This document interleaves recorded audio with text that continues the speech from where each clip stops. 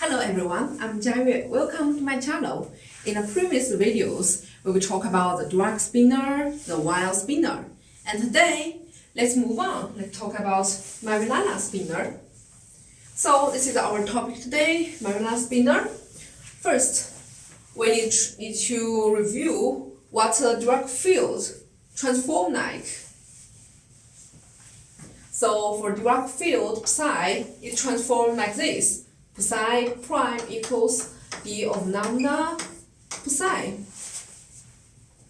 where d is e to the I over 2 omega mu liu j mu liu. Omega is some parameter, and the j mu liu is the Lorentz generator. And here we want to ask a question. For this direct field, the direct spinor has 4 components, and for each component, it is a complex number. So how can we make a real spinor, which means that for each component, it is a real number? You can just write down some real numbers, 4 of them, to compose a spinor. But there is a question: will the real spinor remains to be real spinor after Lorentz transformation? You may think this question for a minute. So, right now I want to say that if give you a real spinor psi, after the transformation d of lambda, it will make psi prime become complex. Because in general, d of lambda is a complex thing. Because here, j mu liu are generally complex. So this whole thing is also generally complex. So how can we make a real spinor after Lorentz transformation still a real spinor? So we need some condition on transformation d of lambda. How about the d of lambda is always a real thing, so that the real spinor after this transformation will still be a real spinor, which means that the components are real numbers. So how can we make d of lambda real? It is equivalent to ask, how can we make this j mu liu pure imaginary?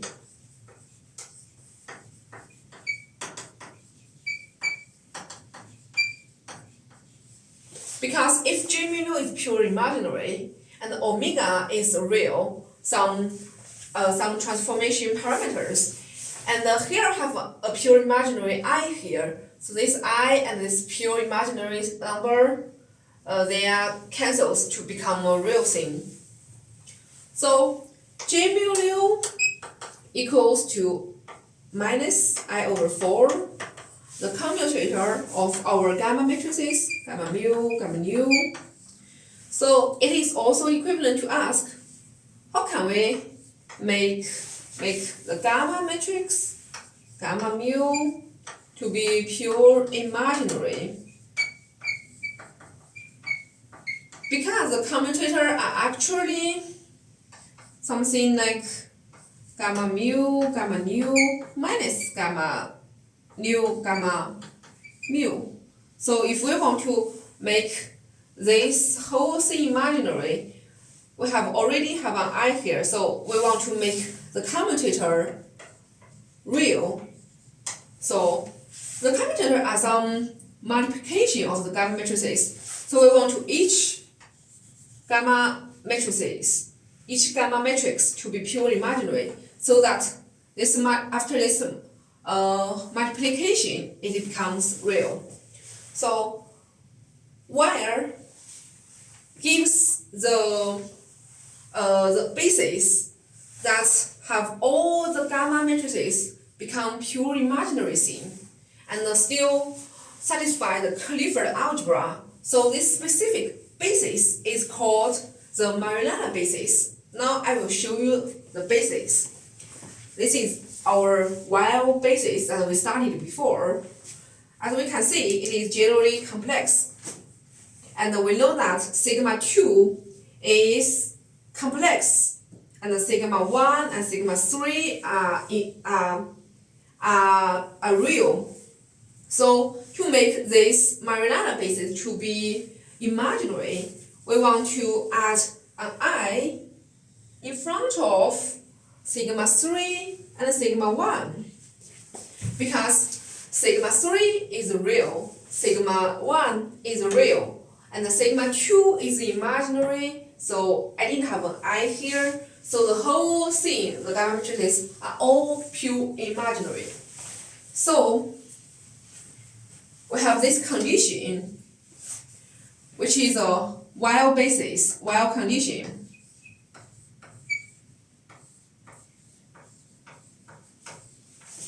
And it is equivalent to saying that gamma mu star or minus gamma mu star equals gamma mu.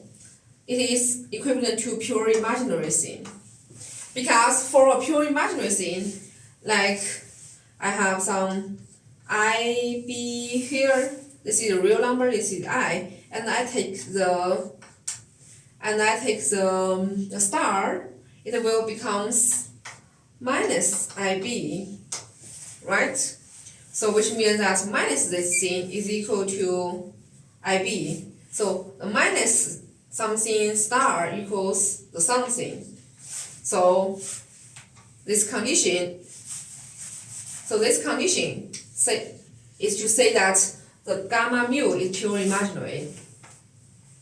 And but as we know that it is in a specific basis that we have this condition, and we also have this condition that psi star equals psi, which means that it is a real spinor.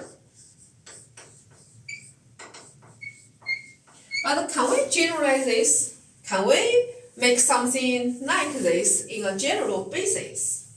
So here I want to introduce another thing. It is very similar to this condition, psi star equals psi, but a little bit modified. So when we want to define a new thing called C conjugate, what is C conjugate? It is the psi C. This means C conjugate equals to say psi star. So as we can see, if we say equals to identity, it becomes this, right?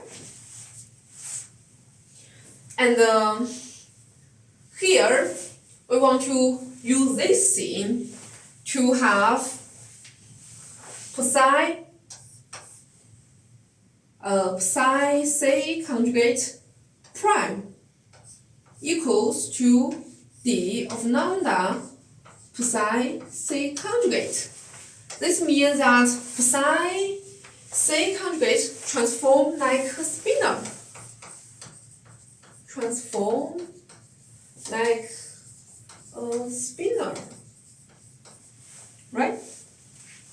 Because what is a spinor? Spinor is something that transforms like a spinor. So we have this spinor representation to transform the psi to transform psi C conjugate to make it C conjugate prime. So this is what we have. This is our condition.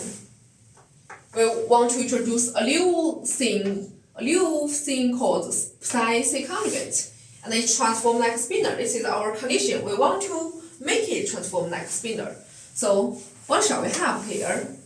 Psi C conjugate equals to say, this is our definition, say psi star. And then we have a prime here. So what does this prime mean?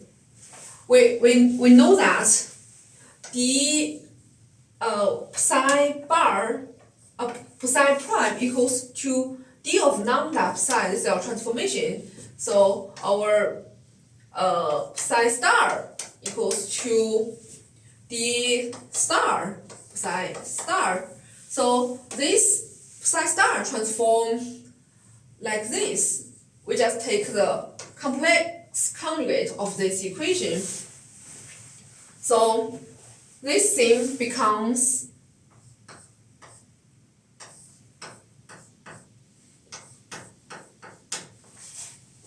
this thing, and then we have C in front of them. This is C, right?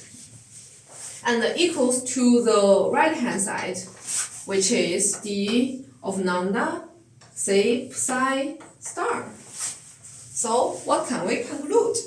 We can conclude that if we multiply by C inverse on the right hand side, on the left hand side, and the right hand side, we will see that d star equals to C inverse d C. This is what we have. This is a really beautiful condition. This makes the C conjugate transform like a spinor. We really like this. And can this say something about our gamma matrices? Yes. Because D is related to the J mu liu, and J mu liu is related to the gamma matrix. So, what shall we have? If we can have that J mu liu star equals to minus C inverse J mu liu C. If we look at this condition, and you expand it, you will have this. Just expand this thing and plug into this equation, you will have this. Because when you expand it, like for example, if you have infinitesimal expansion, you will have something like, it's just an example, you will have something like e plus I over 2 omega mu liu j mu liu star equals to C inverse.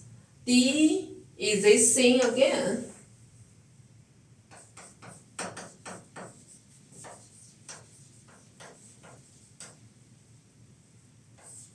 And the C. So, and this I becomes minus I after you take the star. So if you compare term by term, you'll find that minus J mu liu star equals to this C inverse J mu liu C. So this is what it is. We have a minus sign here. Yeah, you just need to expand this. And after we have this, we can use this. You can use this formula to relate this thing related to the gamma matrices. So it becomes minus, and have a minus cancel here. So we have it is equal to C inverse I over 4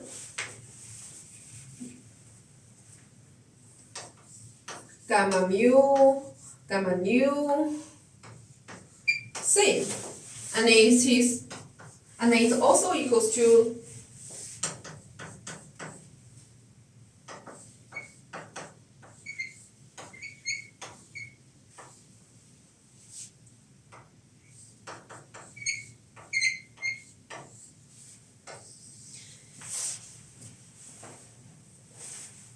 and we can also say that if we directly take the conjugate of this formula, we will get something is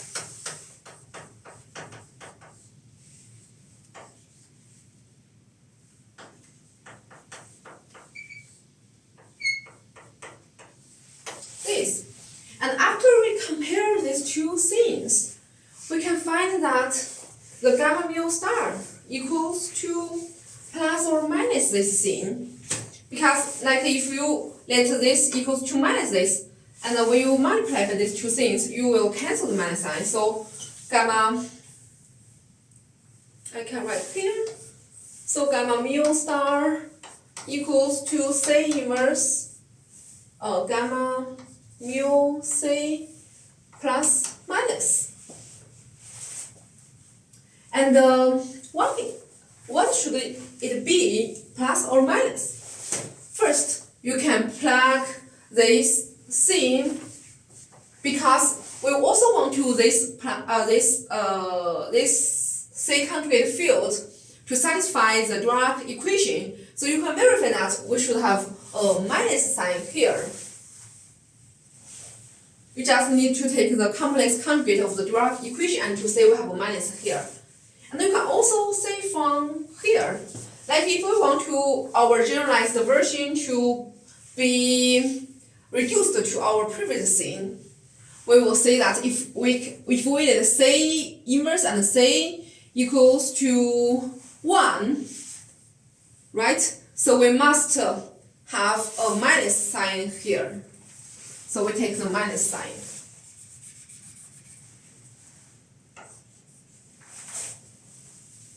And if C is identity, it becomes Majorana basis.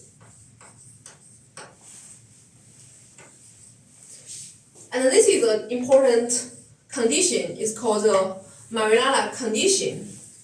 And also, we want to say C conjugate psi C conjugate again becomes psi itself. So this implies that C star equals to identity. You just need to